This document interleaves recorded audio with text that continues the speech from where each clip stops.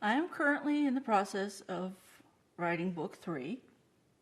Lynn still hasn't given me the title yet. I will be patient with her. I've learned this.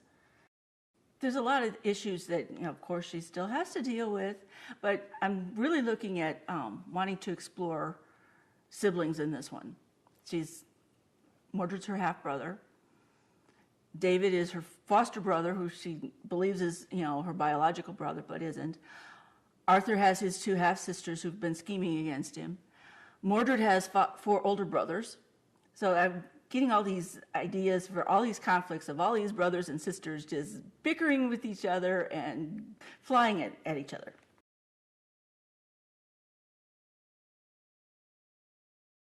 Well, Lynn is a champion for the little guy, having lived through slavery. Every time she sees, somebody being mistreated, she's going to jump in and correct it wherever she can.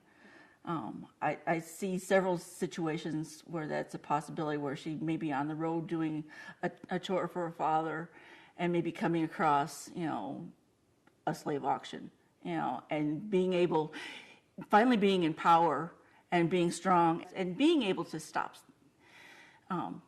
a slave auction and being able to free somebody and being able to stick up for those who can't for themselves. And I think that's going to be her crowning moment. It's just going to be, this book is going to be where she really starts to shine for me.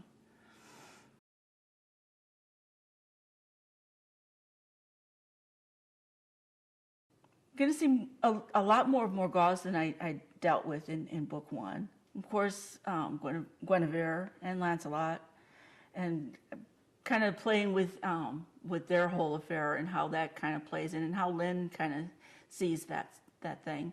Of course, Arthur and David is always there, and I kind of foresee them kind of having Lynn and David having some sort of tiff, because David has a girlfriend and he's kind of drawn into this army thing and he doesn't like it, and he just wants to be a storyteller, singer, play his harp, and love this girl that he's met and marry her and just get a little cottage and settle down. He doesn't want any of this glory and fame that Lynn's kind of Lynn doesn't really want the fame and glory either, but she wants justice, and when she sees a wrong, she wants to right it. And David is not so much that. He's just fine with, just being himself. Well, of course, the biggest thing is there's going to be a reunion with Lynn and Mordred, which I'm looking forward to, because the sparks are going to fly every time they're in the room together.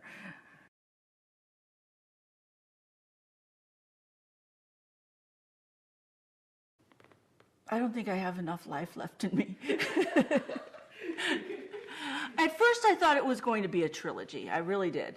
But as I was finishing up Recruit, I was realizing, no, that's not right. I'm not going to squeeze it into one more.